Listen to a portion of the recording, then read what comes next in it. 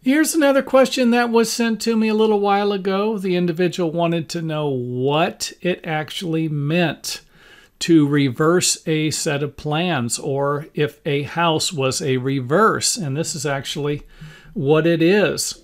You're simply taking a house and flipping the floor plan over. So let's just pretend like we drew this house right here on a piece of paper, but it was a piece of tracing paper where you could see it from either side.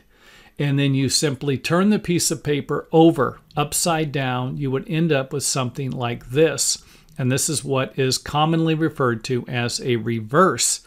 Now you're probably thinking, why in the heck would they do something like that? And it's actually meant to provide different variations in tract homes. So if you're building 200 houses and you want to sell them to different people who are going to want different homes, or at least the appearance of them, you are going to need to do different things to make the same house look different.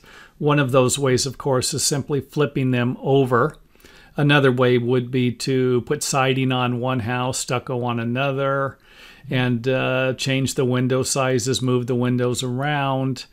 And there are quite a few tricks that the architects do to make homes look different. Here's what it would look like from the outside. A gable roof here and a hip roof here. We can see same floor plan, just reversing it, changing the roof on this side. And of course the garage door's a different color.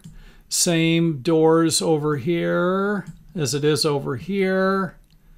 Same side of the house here as is going to be on this side. Backs. Just simply flipping everything over. And that is what a reverse floor plan is.